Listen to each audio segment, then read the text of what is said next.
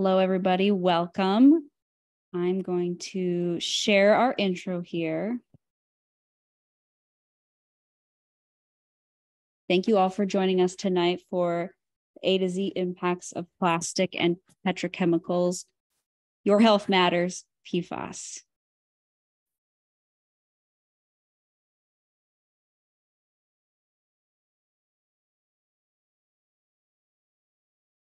Can you hear the audio? No, not yet. All right.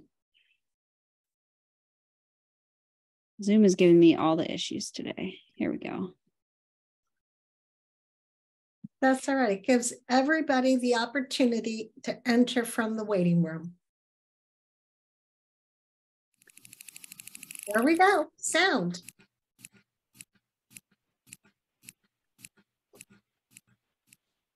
Tonight, we're here to begin the A to Z Impacts of Plastics digital series. We aim to expose the threats and costs to those impacted by ecological devastation and to continue putting forward analysis of industry actions in terms of the interlocking systems of poverty, racism, ecological devastation, and militarism. We touch plastic more than we touch our loved ones on a day-to-day basis.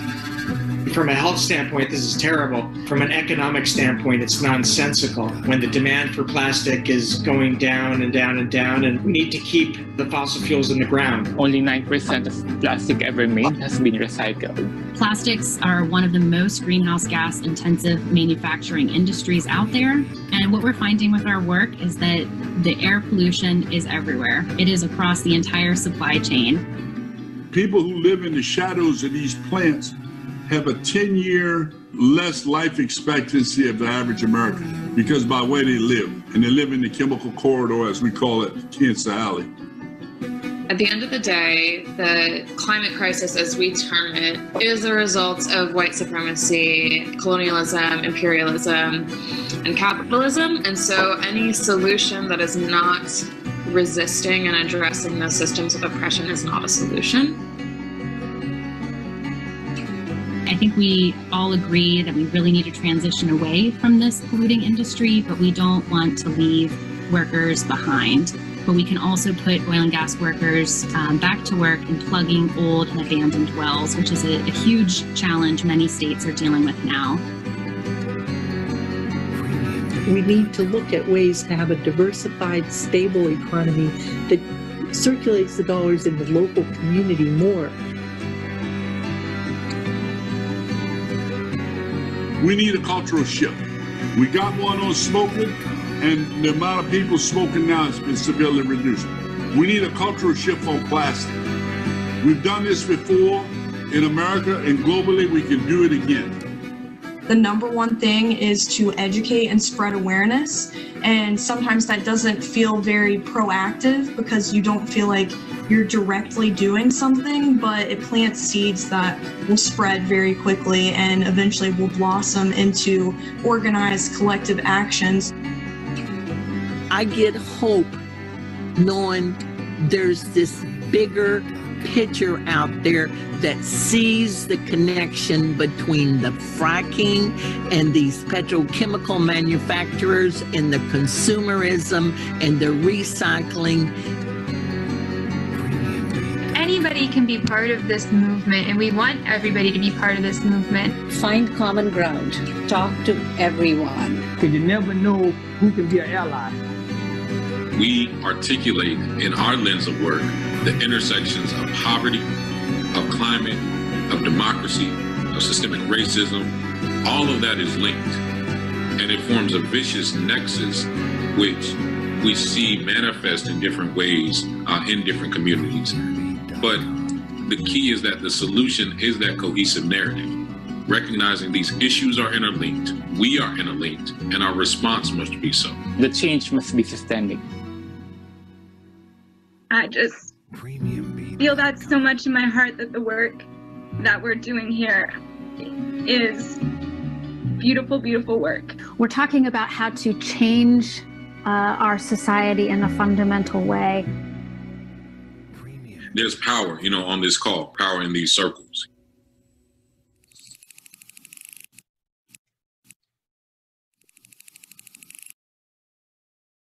Thank you all for joining us tonight. And a big shout out to all of our co-sponsors for our A to Z digital series and getting the word out. If you want to co-sponsor us or learn more about what we're working on, please share your information in the chat. And speaking of chat, we're going to very quickly review the Zoom setup before we get started tonight. Please remember to keep your microphone on mute, which can be found at the bottom left of the Zoom settings on your screen. You can turn on your video if you feel comfortable. And we're going to be using the chat to ask questions or enter the stack if you would like to offer a comment tonight. The chat box is going to be at the bottom right of your screen. You can toggle it on and off with the chat button on the bottom menu bar. Please engage with kindness. Remember that racism, misogyny, xenophobia, and hate will not be tolerated. You can use ++ to indicate something if something resonates with you, or exclamation points to in the chat box. If your Zoom is fully up to date, there's also a new emoji function and you can react to other chat messages. The stack is a way for us to stack in order speakers. So if you want to enter the stack, you can simply type stack into the chat and we will answer or call on you in the order that it's received. And with that quick summary out of the way, I'm going to pass it to Mary.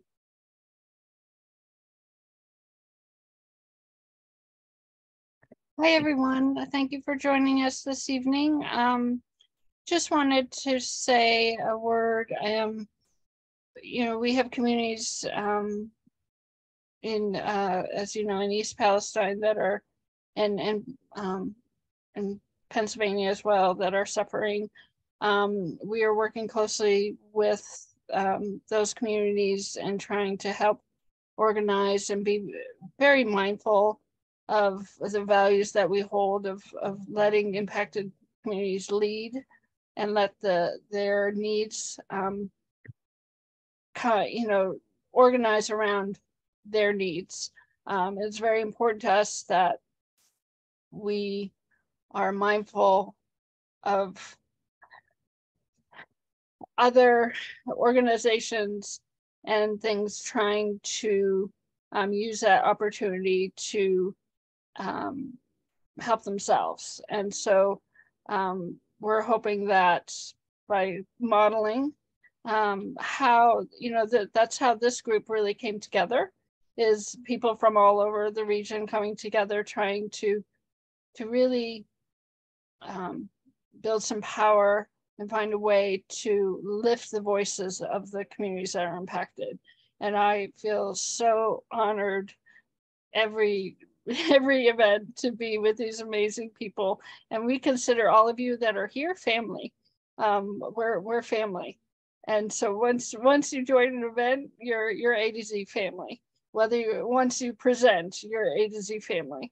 And so thank you for being here. Thank you for following your heart and just doing what you do. And please don't underestimate your voice and your, even no matter what it is, you know, we're all impacted. We're all going through things, and we desperately need each of us to just do what you can.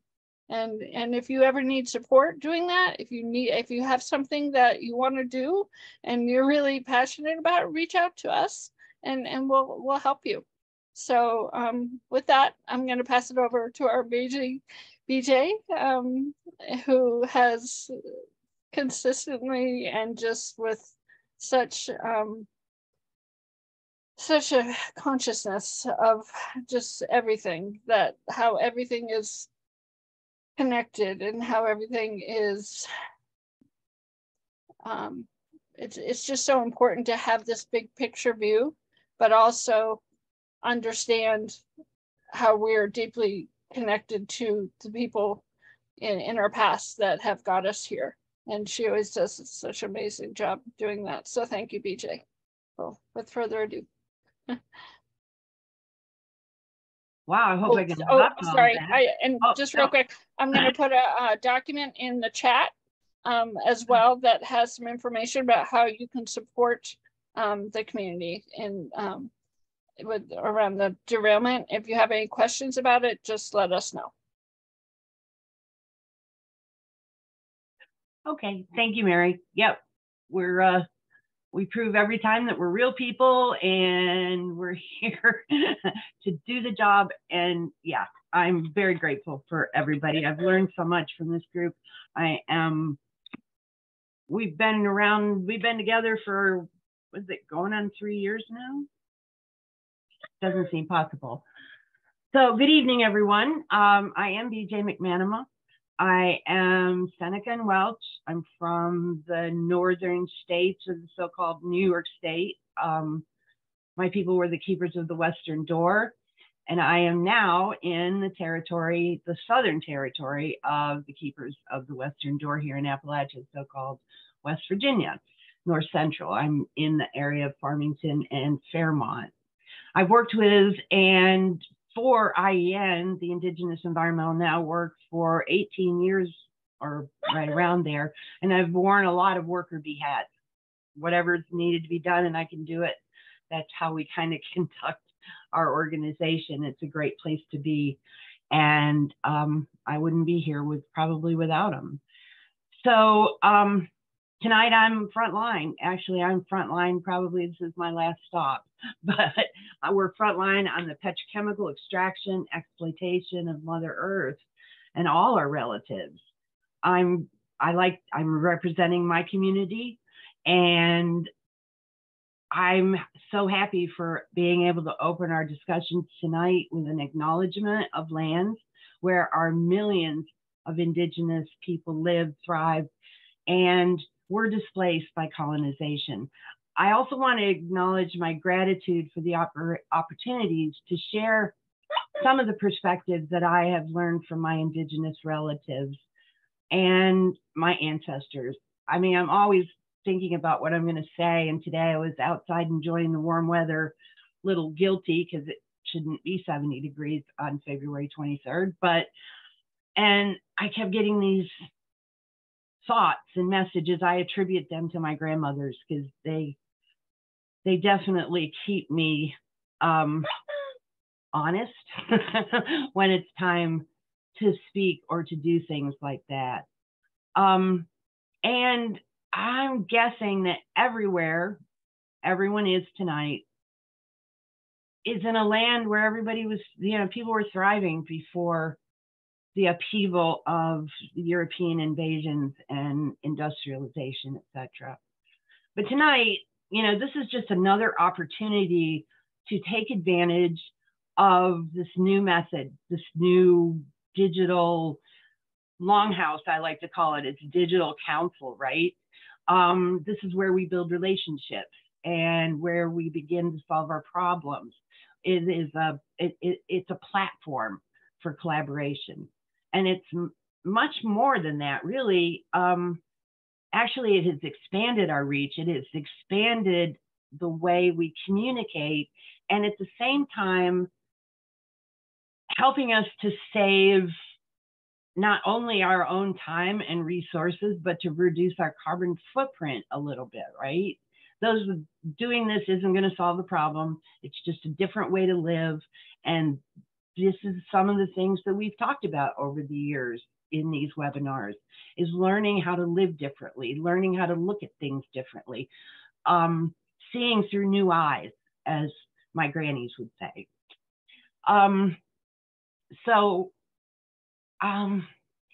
This is it's a big step forward that we've taken over the last couple of years. And part of that step forward is, we hear this a lot, to take advice and perspectives and find the solutions, by working with Indigenous people, listening to Indigenous people. And that's great. I mean, that is head and shoulders above where we've been in the past. But I also have to make sure to remind people that we're not a monolith either. There are different ways, when we're looking at traditional Indigenous knowledge, it's imperative to remember that our ways, like when we're talking our ways, we have to look at them separately and collectively because they're place-based. It's the multi-generational knowledge of those places. It's our connection with our ancestors, where they lived and died and worked and taught and all of the things that they passed down to us. So when we're working now, we have to look at it in the same way. This generational knowledge has to be utilized when we're talking about finding the solutions for our communities, because there's no silver bullet, there's no one way. And while we're doing this, we're also projecting the idea or the paradigm that we can't continue looking for the solutions in the same system that got us to where we're at. We want to reject industrialized energy, large scale, multinational so-called, needs. I mean, a lot of people don't even realize this, but, a lot of the electric power in New York City comes from dams in Canada. What, does that make any sense? Not really. So those are the kind of things that we have to bring forward and find solutions for those too, local. And one of the things that keeps coming back to me, we're all kind of in the place where my ancestors were, maybe your ancestors were when the colonizers came, when all they wanted to do was take what they could see, take what they could put a price on. The people in power, the ones who had money, set prices on everything. And it was all the natural world then, right? It was coal and trees and land. And so in maybe a small way, we can empathize with our ancestors, what it felt like to just not be safe and not, and be working with people who had no value whatsoever, the same value that you had on the things that have been given to us, our blessings. So this evening, we're going to talk more about trauma and threats to our individual and collective health, and maybe what we can do for ourselves to practically deal with the debilitating physical and emotional symptoms from the violence of this extractive economic system. And because it's all violent, right? It's all violent acts against the land and the people and here's my missing and murdered Indigenous women. These systems treat the land and our planet and the natural resources with the same violence. That's why violence against women is, some men can't, they don't know the difference, right? And that's all they know. But we're all, no matter where we are susceptible to this trauma, whether it's secondhand information or we're part of it. And to heal, sometimes we don't even think we're impacted, but we are. And we have to also realize that to truly heal, we have to eliminate that trauma. We can't continue to do the same things over and over and expect a different result. What is that? The definition of insanity, right?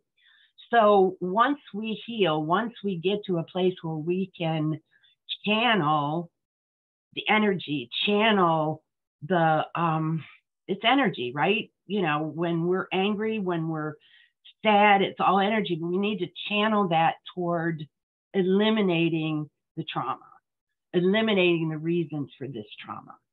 So I am very grateful to my sisters and brother who helped put these out, because we really do think a lot about what will be the most helpful to our community.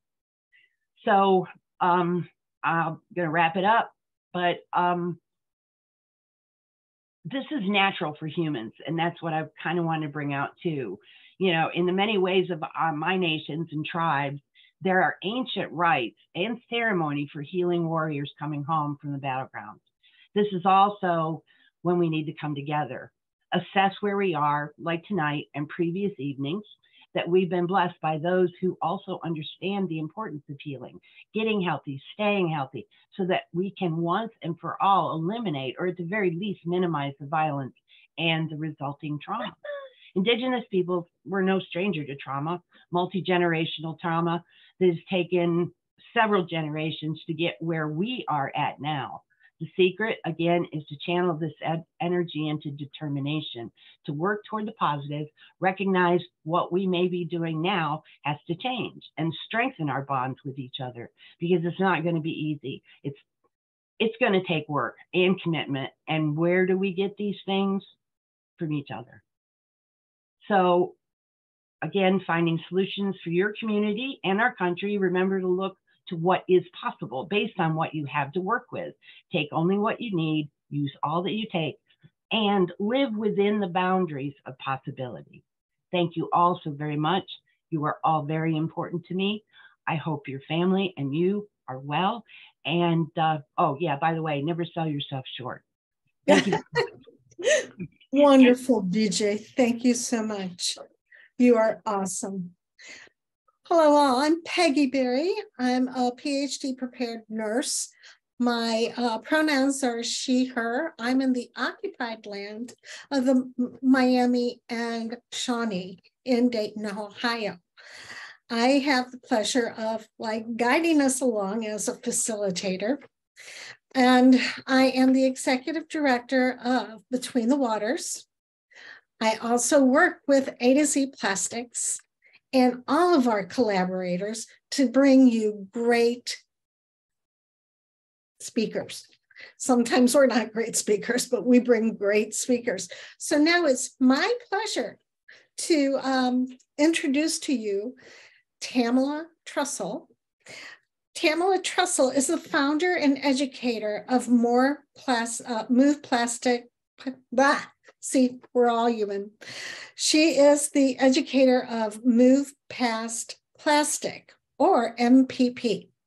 She resides in South Central PA. She is an advocate for environmental and civic action. She's a climate reality leader, master watershed steward, and an Alliance for Aquatic Monitoring volunteer. I'm amazed. She serves on several boards. Condaquanic Creek. You can tell me what that really means. I mean, did I say it right? Condaquanic Creek. Okay. I'm not going to repeat that. The Watershed Association, Cumberland County Collaborative, the executive member of Carlisle Climate Action Commission, and Cumberland County Climate Action Commission. Tamela also serves on the Beyond Plastic Speaker Bureau as a guest speaker on the single-use plastic issue. As a system thinker, she connects single-use plastic with many of our most significant issues. She demonstrates the case for single-use plastic as a keystone issue, and that is so true. And tonight she is going to talk about PFAS, and afterwards I will tell you why I feel this is such an important subject. So Tamela, I'm turning it over to you. You do have control to share your screen. Great, thank you. Right.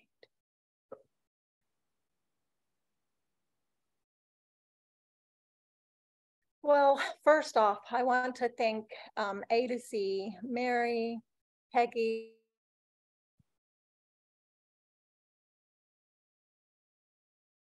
Oh, you're frozen.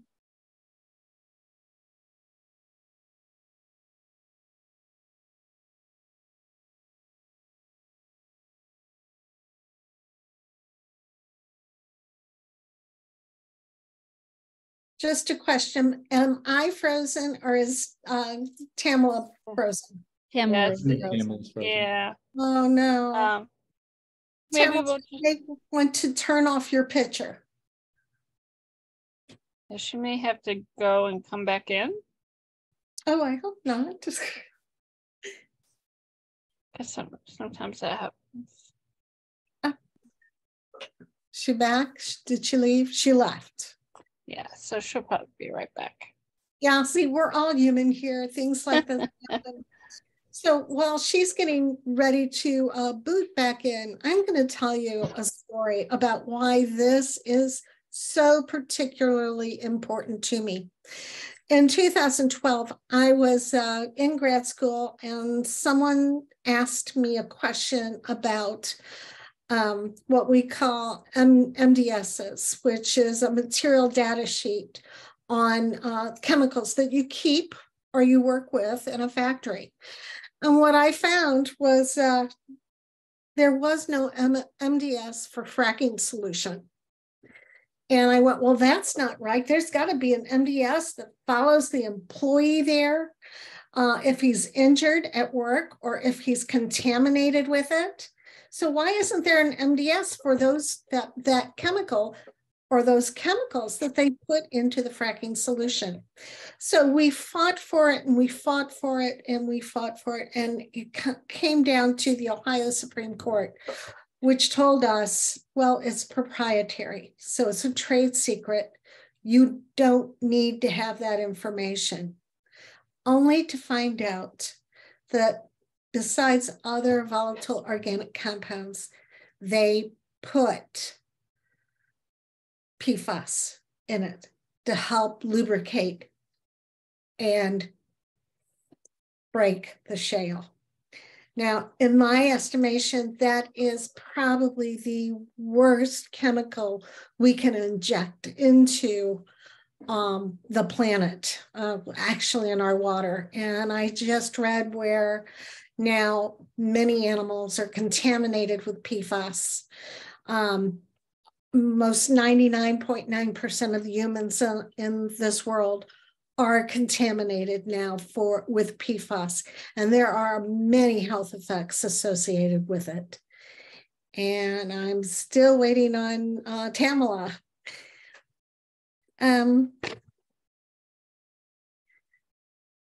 I hope she's able to come. I'll reach out to her. It might be that her internet cut out temporarily. Yeah, it could with rural areas. That can happen. So I'm at this point, I'm kind of waiting for her to come back on board. But what I find when somebody tells me that fracking solution was a trade secret only to have Physicians for Social Responsibility be able to find this chemical as well as other chemicals in fracking solution just absolutely appalled me. So this is a battle that all of you need to come on board with, and we all need to stop the use of our own use of plastic. And BJ can probably say her comment again.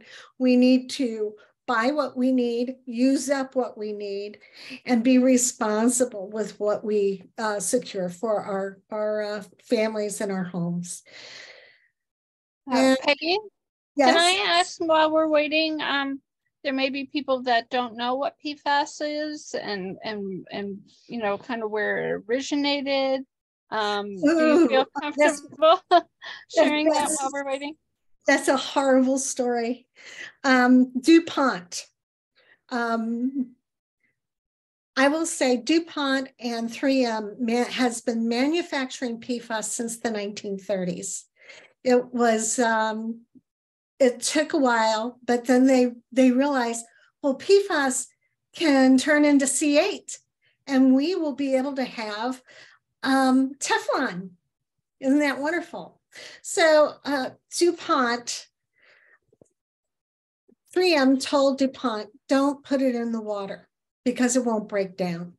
And DuPont, not being a good player, dumped it into a creek, which dumped it into the Ohio River. And probably since the 1950s, that stuff has been coming down the Ohio River, going into the Mississippi River and into the Delta and beyond. And like I said, 99.9%.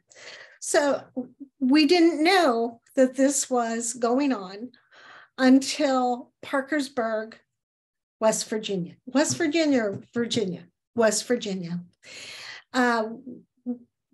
A man came to an attorney in Cincinnati, Mr. Balot, and they noticed that all of his cows were dying.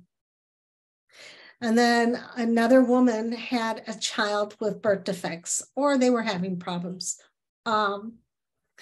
physical problems. And great, Tamela is back. So hopefully everything's okay. Tamela, you got, what happened? Yes. Well, it's something really silly. I have a very old computer, and so the battery life on it is short-lived, but I had it plugged in, but the plug is so old that it doesn't stay in the outlet, and it comes out and it doesn't warn me that it's going to die. Oh my gosh, okay. And so it just died, like it just died. And unfortunately, I have opened literally probably over 300 tabs.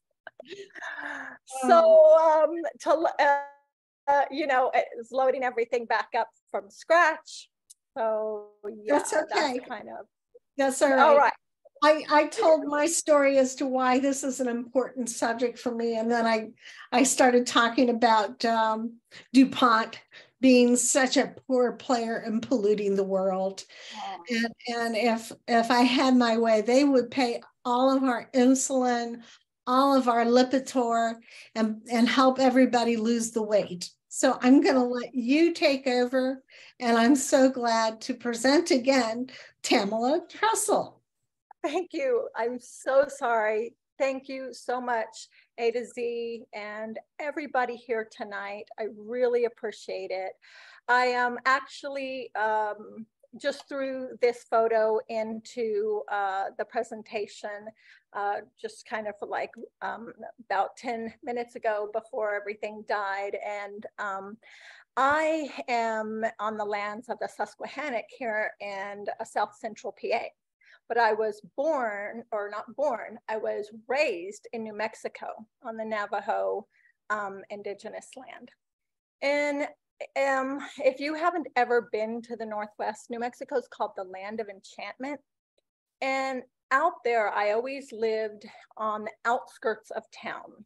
So like out back then, you would have the city limits, and you would have nothing that showed you man existed before the city limits even came about. So I would walk outside of my house and just go out into the middle of the desert and just explore and just be one with the, you know, the cougars and the cattle, the wild horses. In fact, I brought a wild horse home. So when I returned back though, about 3 years ago, I go back about every 3 years.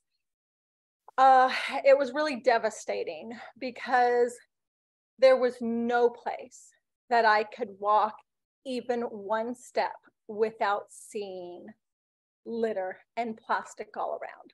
And what was shocking is it was in everybody's yards too that were fenced and gated, and they didn't even care to clean up their own yard, no less along the side of the road. And the fracking and oil wells now, pipes just run along the side of the roads. They're not even, you know, like buried. They're not big like around here. They're literally just like these 6-inch pipes that are just running across the desert now, and just thousands of wells, and one just a quarter of a mile from my house with my well water that we grew up on. That was the most amazing drinking well water, you know, like 475 feet down in the ground. So yeah, that's just a little distraction now that we needed that with me popping off. So I'm going to carry on with the rest of the slides here if they scroll. Okay, so We are producing about 30 pounds of chemicals for each American citizen. And there are 350,000 chemicals that are registered. And less than 30% of them are tested for health effects, and even fewer are tested for the harms to fetuses and infants and children.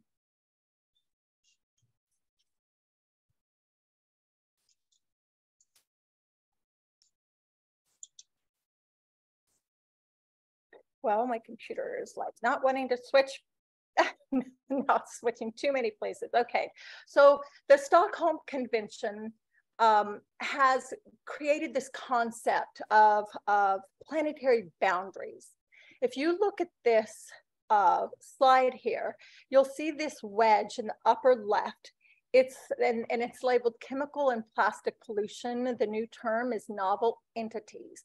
These are basically man-made chemicals, and of which plastics and petrochemical things are made of. Now look at the wedge to the right, and it's this one straight in the middle on the top. That's climate change. Look at the green bullseye. The green bullseye is where you operate in safety. And you can see change is operating outside these boundaries of safety. But these novel entities, they are off the charts. And that's something that I don't think people know. So if you look at this graph, you can see the total chemical production in blue. And then underneath it, you can see in red the petrochemical production. So most of all these chemicals, 1.4 chemicals per second that are being created are from the petrochemical industry.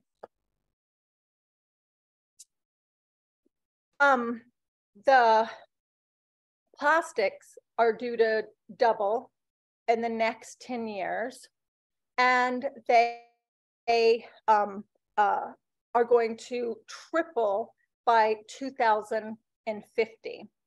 And my computer just skipped over that slide, so we won't go back since it's being testy here.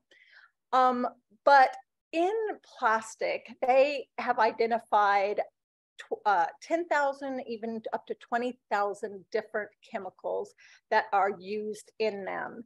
And many of these chemicals are not revealed.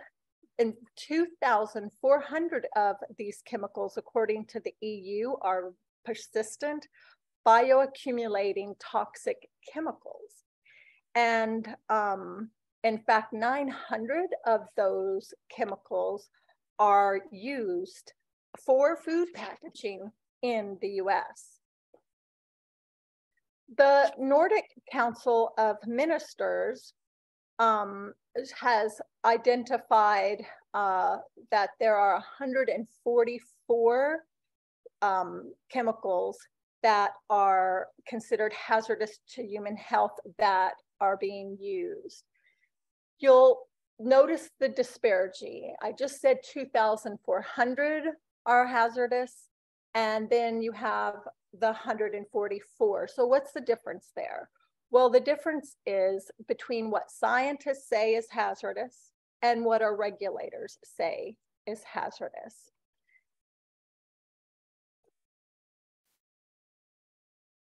So these chemicals cause numerous health harms, everything from cancers, birth defects, genetic changes, impaired immune response to COVID, obesity, vision impairments, nausea, and so much more. Okay, now my computer just skipped 5 slides. So that's all right. So one of these chemicals that, let me just make sure I'm not skipping. Yeah, we'll go to here.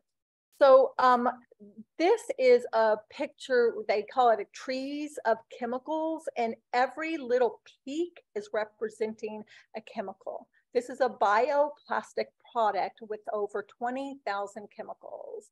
I was just at a petrochemical industry webinar today, and they are going to be bringing a new, they call it a bioplastic using the methane from Appalachia. So that's most unfortunate. So these chemicals are in our air, they're in our water, soil, and they're pervasive all the way in our food chain, in our smallest organisms. They're even in bacteria. In fact, like I said, they're in our water cycle, so it rains plastic, PFAS, heavy metals, and other contaminants on us. So one very insidious chemical is per and polyfluoroalkyl substances, otherwise known as PFAS, or you might hear the term forever chemical. It was created around 1930 by 3M and DuPont, and it was created to resist heat, oil, and water. And these are fantastic functions that we need for many things. However, these chemicals are made with a carbon and a fluorine, which is the strongest bond in chemistry. So they will not break down in nature at all. In fact, fluoral substances, of which they, depending on the definition, you'll have anywhere between 6,000 and 12,000 of these PFAS chemicals. They will convert from one form to another, from short chain to long chain, and they will be persistent forever and bioaccumulate up the food chain. And they're found in 98% of our blood. They're found every place on the planet. Now, where do we come into contact, or how are PFAS being used? Well, if you look at this chart, heavily in the oil and gas industry. They accumulate in waste management, but they're used for metal coatings. You can see heavily in plastic and resin, electronics, mining, printing, and airports. They're used in aqueous film foaming foam. These guys, these firefighters, I think it was in Colorado, were actually having an initiation for the new recruits, where they sprayed them down with this very harmful toxic chemical, and they're undergoing lawsuits right now. So this is a screen that's showing you some of the ways that you can personally be exposed. It's in everything from our personal care products, our lipstick, our dental floss, our waterproof mascara. Once again, anything that we need to resist heat, oil, and water, you can find PFAS, paint, printing paper, caulk.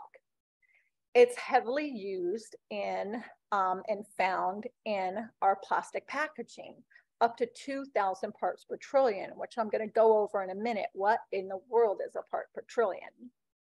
So it's used in an unintentional manner, because it's used in manufacturing of these products in order so that they can press and mold and under intense heat and pressure and produce these products without gunking up their machines. So they get transferred on the surface of these machines and then transferred onto your food. But you can find them in your common everyday products that you buy at your local hardware store, and de-icer that you might be putting on your sidewalks and your driveways. They're heavily used in tires, and we know that tires are constantly making ever smaller and smaller bits of microplastic into our air. and they're in artificial turf where our children are playing on it, and that it gets over 50 degrees hotter. They get third-degree burns. Artificial turf is the seventh most normal way that a child gets lead exposure. And so it contributes to stormwater runoff and so much more. There are maps that you can go to find the various point source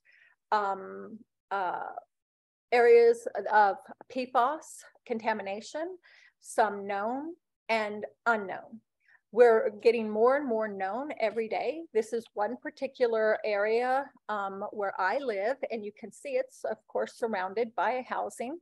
And so it can be literally in your backyard. We don't know if it's, you know, leaching out PFAS into the surrounding area. So there's no testing. But there's also legacy industry. We had a Carlisle tire and rubber and a carpet industry. Then all these products that we are making, our electronics, our phone screens are full of PFAS, right? They're resisting the oil from our finger, water, you know, from everything. But all these products, they have to go somewhere. So they go to landfills. So those legacy industries went to this landfill here. And this landfill, as you can see in the lower left corner, is a stream, a primary stream that goes into the Connedaguinet Creek. This creek is where our municipality and about 25 other municipalities get their drinking water from. Fortunately, my drinking water is a little further to the left. However, I did get our municipality to test our water to find that it was contaminated with PFAS. So this creek is like many other unknown creeks that could be contaminated with toxins in addition to PFAS and harming your water. So just to recap, where are we getting PFAS exposures? From the producers to the industries, aqueous firefighting foam, which is used heavily on military bases, airports, and of course in, you know, your firefighters are using it in your communities, and fracking and the whole oil and gas industry. And it is accumulating in your landfill, in your wastewater treatment plant, incinerators, and your biosludge. So like I was talking, it's in our water cycle and it is just going around. So when our products go to a landfill or an incinerator, that gets into the air and it falls back down, right? And then it goes on our watershed. When it goes into the landfill, there's leachate. So you'll find microplastics, PFAS, heavy metals, and leachate. They take that to a wastewater treatment plant. Then at that wastewater treatment plant, it goes through, but guess what? None of that's cleared out. In fact, there's more PFAS coming out of the wastewater treatment plant than were in it. And then they take that biosludge and put it on a farm field.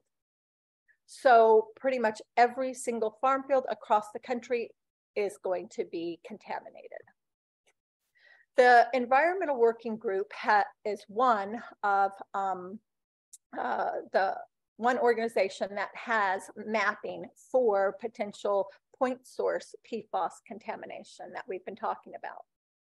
So you will see that some of the same health concerns that you find in plastics in general, you can find with PFAS. The largest epidemiological study that has ever taken place in 2000, I think you guys were talking about it with Rob Bitlett, and I don't know if I said that name right, suing DuPont for the PFAS contamination, proved this correlation. You cannot prove causation. One, because we can't really study on humans to prove causation. Two, it is in every single human. So where are you pulling the control group from? Even if you could, you know, ethically study, you know, on them. So these are human studies that, you know, were shown direct correlation. So our COVID vaccines may not be as effective, and our infants will, you know, have lower birth rate, autism, lower IQs, all kinds of things. So PFAS, microplastics, they have crossed the barrier of the placental barrier, the blood-brain barrier. They can be found in a fetal heart, brain, lungs, liver, and kidneys. So before a child is even born, it is contaminated with toxic chemicals. And then once it's born, the breast milk that a mother feeds and the bottled milk that a mother will feed will contain further chemical toxins. So our young are the absolute most vulnerable population because they are developing all their organs, all their systems. Remember, 9 out of 10 of the cells that make you up are microbes. Those are being impacted. So different switches, genetic switches are getting flipped because of these toxins, from endocrine disruptors to those heavy metals and PFAS. If you look at this graph, you can see some of the toll that is extracted in both health effects and economic costs for just a couple of the 2,400 chemicals that plague us. So what are our governing bodies doing about it? Well, they've been sitting around for at least 70 years doing nothing, because 3M and DuPont's own studies showed that 1 part per trillion was toxic to human health. And then even after at least 3 significant lawsuits, in 2000, they sat and, you know, had a 400 part per trillion health advisory, which is a non-enforceable regulation. It's like, we recommend this, which means absolutely nothing. Now they lowered that in 2016 to 70 parts per trillion, and just recently in June lowered it to virtually non-detect. So this matches the EWG, but once again, it's a health advisory. It is not a legally binding regulation. They are coming up with one though. They do have a strategic plan that they started in 2021. To give you an idea of how little of this very toxic chemical can hurt you, a part per trillion is equivalent to a fraction of a piece of salt in an Olympic-sized swimming pool. So one of the problems that we have is that during the Trump era, the few regulations we had for reporting amount of discharges of PFAS, say at that, you know, factory that was near my house, for example, or, you know, at an airport or wherever, is that they have this called a de minimis exemption, which means if the amount of chemicals that they're releasing have less than 1%, it's PFAS, they don't have to report it. So because of this, what they do is they will dilute the chemical mixture. Another thing is PFAS, out of those 12,000 usually don't run and they just use one. They're using multiple different types of PFAS in a mixture. And if any one of those is less than 1%, then they don't have to report. So some states for a while have been putting in their own what's called maximum contamination levels. maximum contamination levels. As you could see, these are some of the states with the lowest.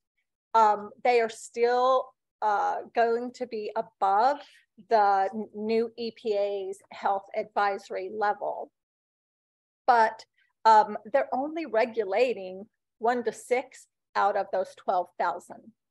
So you're still gonna be harmed by all the others.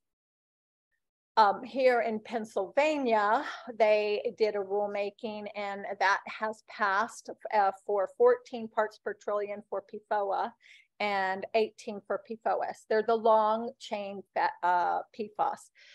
The industry, they went to the industry back in 2000 and asked them, you know, hey guys, this is kind of bad news. Can you stop producing it? So they said, sure, we'll stop producing it. But they continue to import those harmful long chain PFAS, and we get them when we import other products from out of our country as well. But they took the imported PFOA and PFOS to coat their products that they sold to us as well.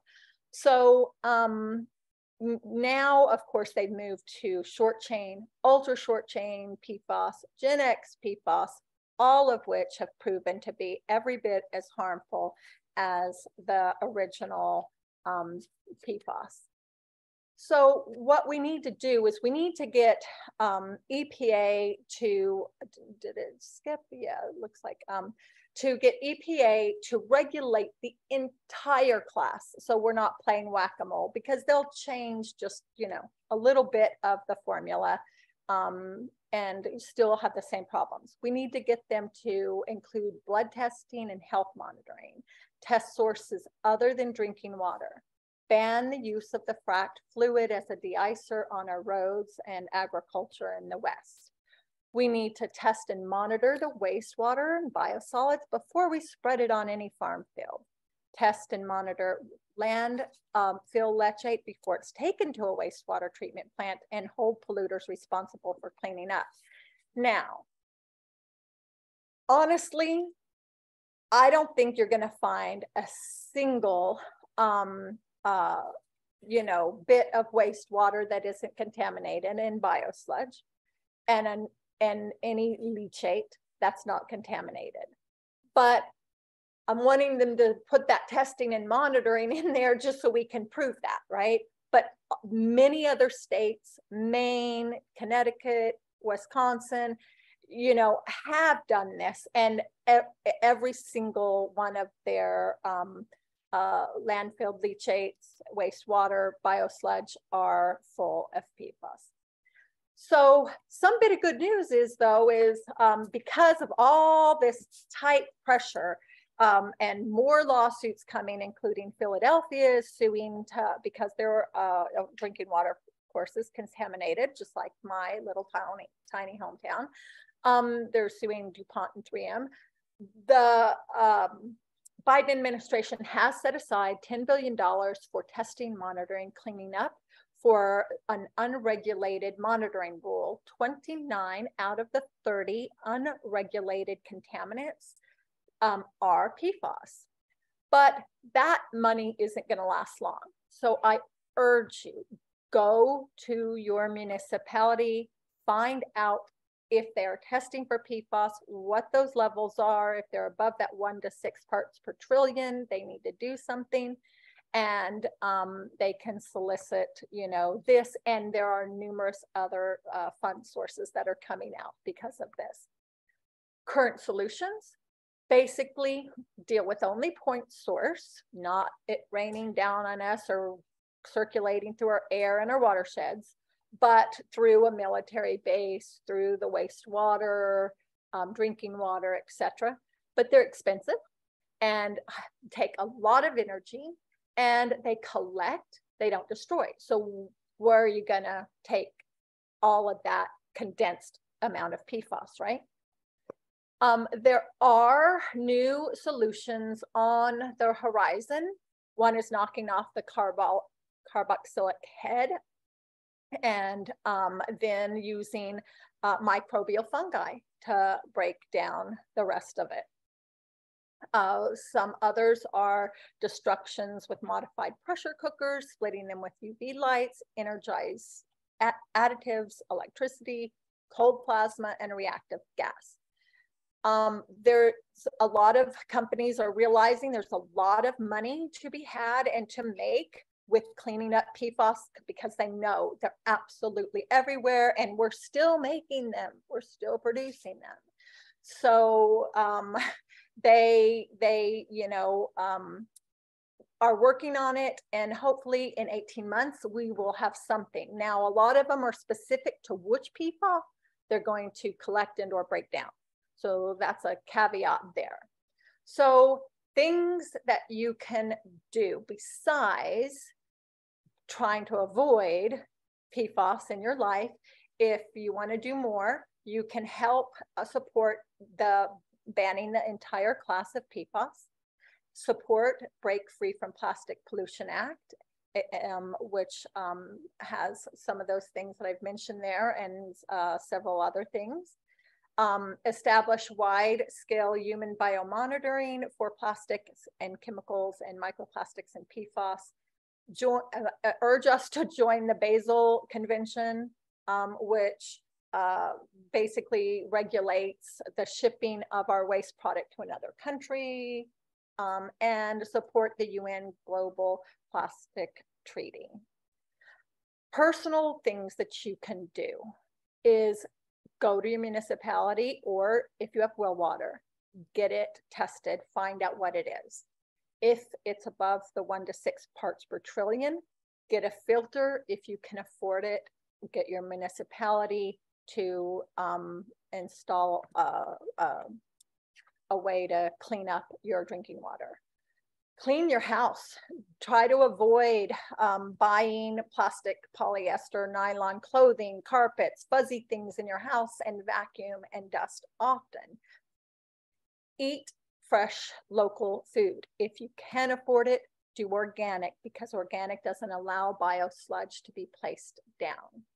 And then for your clothing purchases, your boots, your bedding, you need a new mattress, look for PFAS-free or PFC-free products. And this slide, somehow I moved it and copied and pasted, and it was in there twice.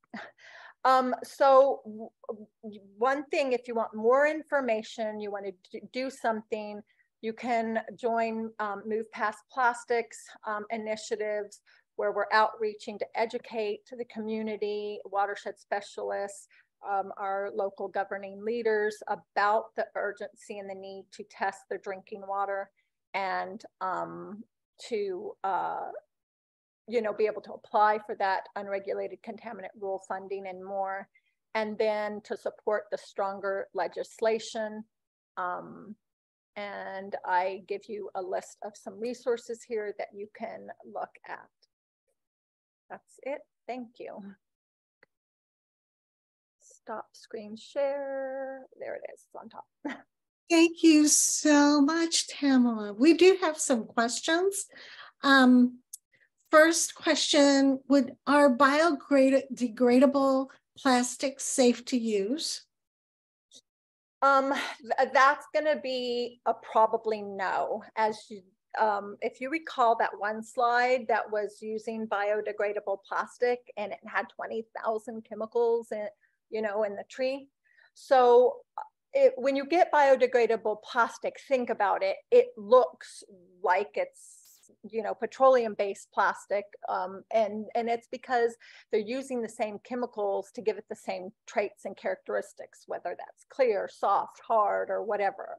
And so often also those products are not truly backyard compostable, biodegradable. They're going to take an industrial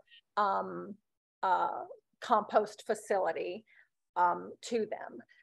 But there are some companies that are working with seaweed and mycelium and some other creative things that are, out there and alternatives. But the best thing you can do, guys, is try not to go to an alternative disposable product. try to move away from disposability. We need to show the earth reciprocity. We need to quit being a consumption and an extractive person. The single-use plastic is where we need to focus and move away from that. It's really, you know, it seems like it's a convenience that we have been led to believe we need by the fossil fuel industry's marketing. We do not need it. Move away from it. Use glass instead of Tupperware. Like I just take, you know, I finish olives or my peanut butter, and those will be my storage jars. Okay, actually, she followed up with another one about paper plastic diapers. Now, I'm going to tell you, when I became a mother, I used cotton diapers.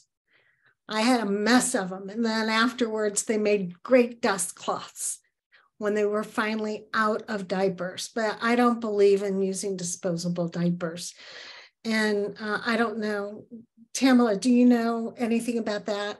Yeah, you know, I have not delved in specifically with diapers, but I do know that it's not a good idea. I mean, because they are made of plastic, and that is touching your baby, and those chemicals are getting on there. There was this one study done with a water bottle that was a normal sports water bottle. They won't tell you what the brand was, but it looked like a Gatorade bottle. But anyways, they put water in it and waited 24 hours and tested it and found 400 chemicals had transferred to the water.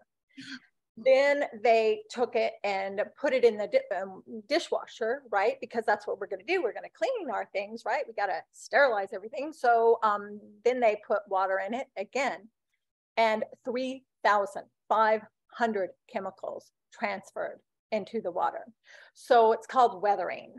So that's why you're never supposed to reuse a water bottle that you get, a plastic water bottle, because of that weathering effect. But yeah, I would. Oh, my goodness, maybe I should throw out my little durable plastic thermos glass. Oh, yeah. It's a tough dilemma, really and truly. But yeah, move toward glass, move toward stainless steel things, and you know, ethically sourced cotton if you can afford it. And once again, it just, that takes us back to, you know, the burden for, you know, Black, brown, indigenous, and lower economic people, right? Because those alternatives are currently extremely expensive. But do what you can, because your liver is built to detox you, but we are literally having an onslaught, and it's, you know, stressing your liver and other organs out. So.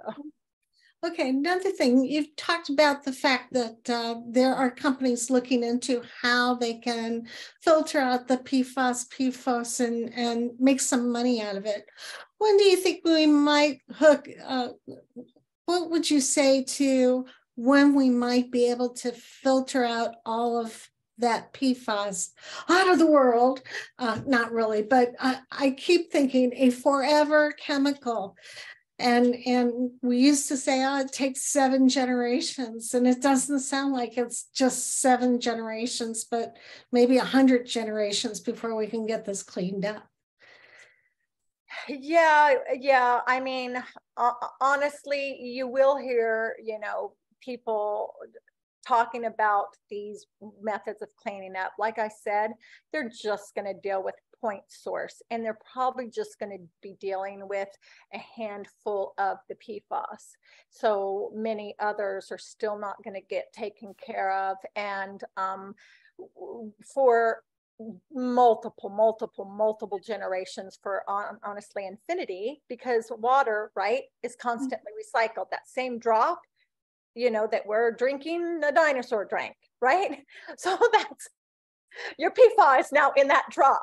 So, I mean, it's going to be there forever, you know? So what we just need to do is quit putting more there, start working on, you know, trying to clean up those bioaccumulated sources. Yeah. Okay. Question on the microbial fungi. I think this would be a super cool solution, but I worry about introducing additional factors into the environment that could backfire on us. Do they only eat PFAS, or are there other impacts from this fungi? You know, it's been a while since I read that article and pulled that data. So I don't know exactly, you know, how they're doing it. Like, are they genetically modifying a fungus or using one out there? Like, I know this one person who makes these called mushroom suits. She uses like the shiitakes, and I guess there's certain mushrooms that are really good for breaking down, or, you know, chemicals, because when we die, we're actually a hazardous substance. We're full of toxicity. And so, you know, it's not a great idea to even cremate you because of all the toxins you put in the air, no less bury you. So I'm going to get a mushroom suit to break me down, but she is, I don't know, you know, like in the lab genetically modifying them, but she is breeding them, growing them to get rid of toxins. So I don't know if, you know, they're doing something similar like that with the PFAS. I'm not really sure. But honestly, if nature is the healer, nature is going to go, oh my gosh, some bacteria, some fungus is going to be like, man, there's so much of this chemical, you know, and they're going to become, you know, what is it called? The selectivist, you know, that only eats one thing, you know, like the bamboo and the koala bear and whatever, right? So, and some organism will end up taking care of it. I mean, that's what I'm holding out hope for, is nature, not. I'll tell you, it reminds me of a movie where they created this fungi and it started eating all of the plastic and everything, or certain chemical. And then it started to break down the bonds in certain products that were very necessary in facilities. So on that point, another question is, what is healthcare industry doing to reduce its plastic use? And Healthcare Without Harm tries to teach on that all the time. I'm a nurse, of course, and the person who asked it, Jenny, was a nurse. And I'm always, they are single-use people for so long now because of the potential of infection. So do you know anything about that, or would you refer us to somebody? Well, I do know this. I went to this one webinar where scientists had talked about, you know, they were working on cancer, and they noticed that their control was growing the cancer cells. And they were just like, oh my gosh, how is this possible? This can't be possible. You know, they were testing some endocrine disruptors for growing cancer cells. And then it's just like, I can't remember, you know, one of the people that were working in the lab, you know, some student probably was like, we're using plastic Petri plates and plastic syringes and plastic this and that. And sure enough, they switched everything to glass. So everything that they used was glass, and no more growing cancer cells and petri dishes. So a lot of studies have come out that are showing that us using plastics in the healthcare industry are actually preventing the healing from you know, the sick and the elderly and our infants and people going to the hospital. There are lots of studies coming out with this, and so I can see us going back to using the glass, the stainless steel, and just sanitizing it. I mean, we have UV light now that they did not have back when all of that was used, and it was just boiling water, right?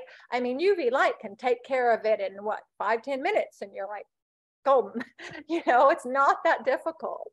So it's amazing. You know, I even had a plastic retainer when I was trying to stop well, I grind my teeth at night, and somebody else also said that. And Mary, you put a official statement in from.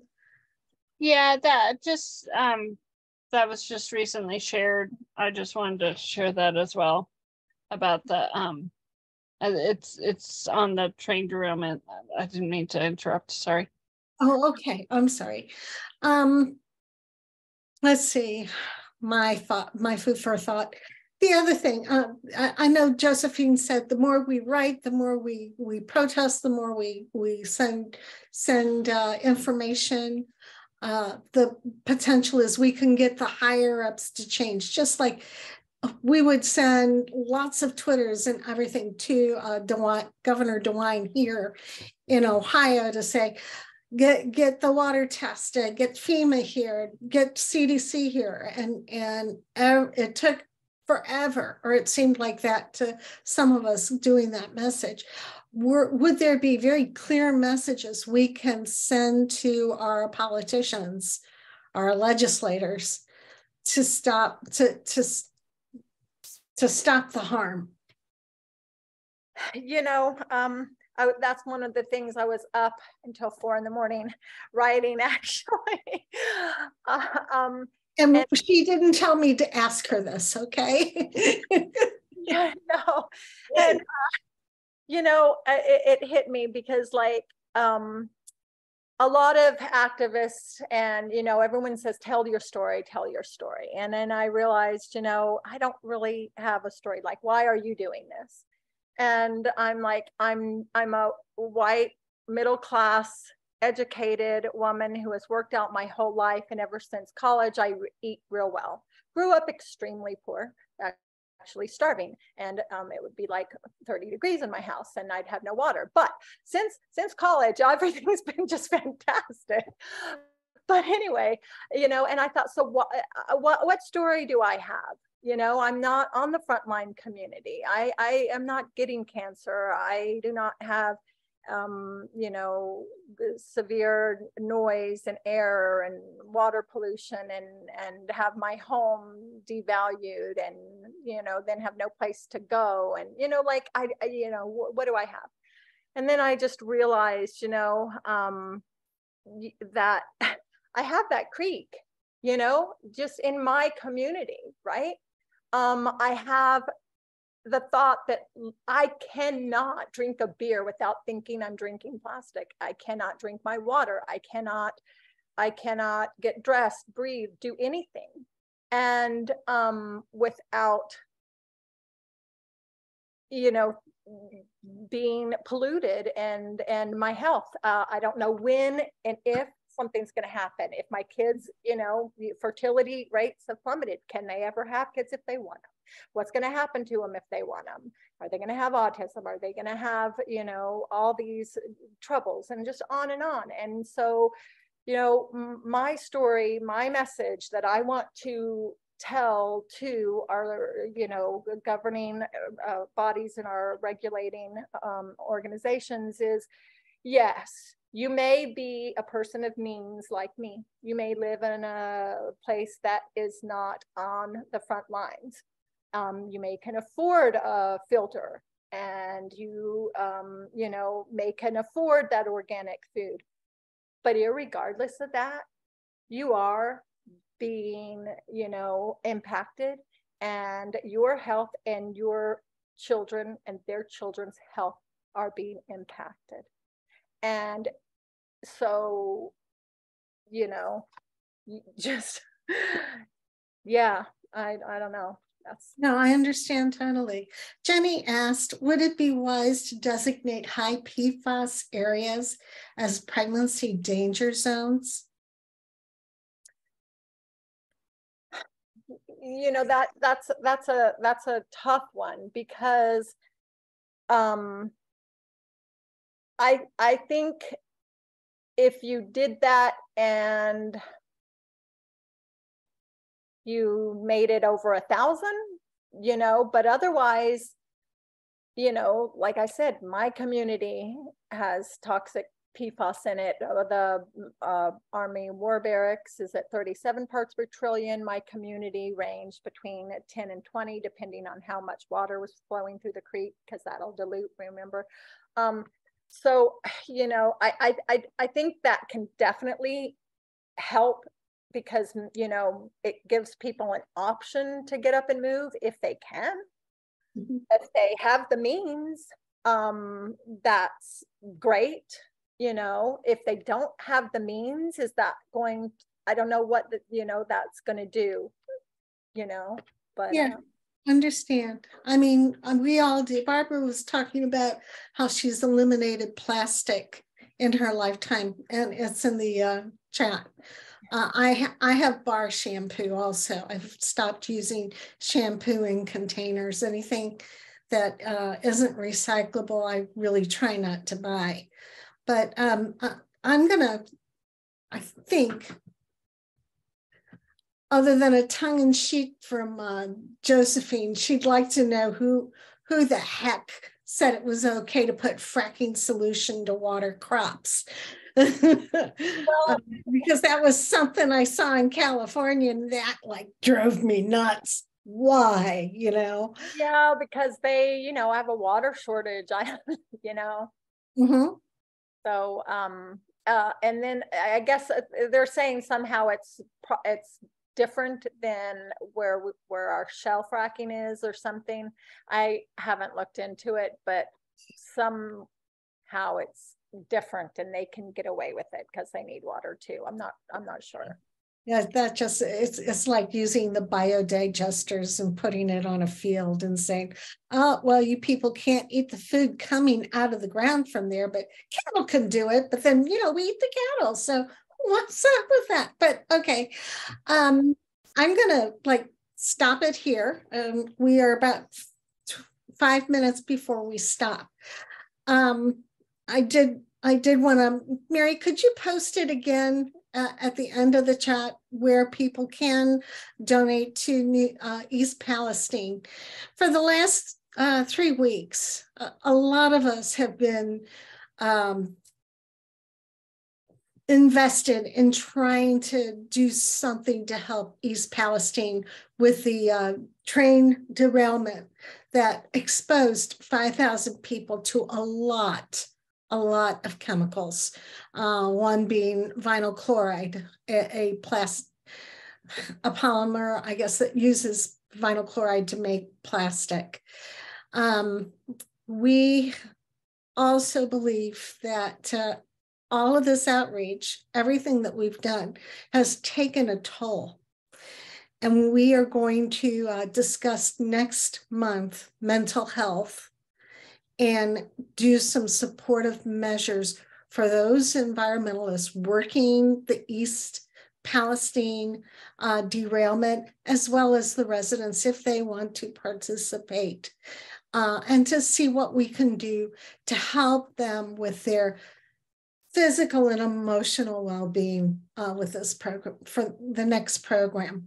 And then the one after that, we're going to be discussing, I think we may be discussing biodigesters or burning plastic. Jason, you can help me out here. What was it we were going to talk about? I think that's what we're going to be doing in April. So I hope you stay tuned, and also come and see us in March when we do the Mental Health Day. I don't have a specific date for that just yet. Unless, Mary, do you have one with Bailey? And we will have Bailey here. We had Bailey in December.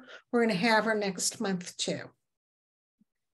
Yeah, we don't have all the details yet, but it's hopefully going to be something that's on a broader, just one piece of a broader movement to address the we're doing work around the extraction of Earth's precious resources, and it's very extractive on us, and we're gonna be addressing that, and how can we change that kind of way of being on our larger scale. So And then again, did we put that in the chat again where you can do? Yes. Okay, good. Yes.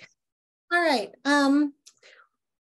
At this point, we will be closing, but we will also stay online after this. If you have any questions or concerns that you want to address, we'll stay online for about, 15 more minutes. Okay, and that's the end of our program. Tamela, thank you so much for your presentation. It was awesome. And we will send you a copy of the recording. Just want to show you this. My dad made this, and it's my 3 spirits that you can just walk in the desert and find all kinds of petroglyph drawings of, and I send you guys away with the 3 spirits looking over you and blessing you on this journey of knowledge, which, you know, the ignorance is bliss sometimes, right? It is. It is. but your 3 spirits they'll look over you, and, you know, look to them, look to, you know, your trees and your grass and nature to give you love and hugs and to heal. Thank you. Thank you. That is the end of our program. For those of you who want to stay, please feel free to share your face with us and tell us about yourself.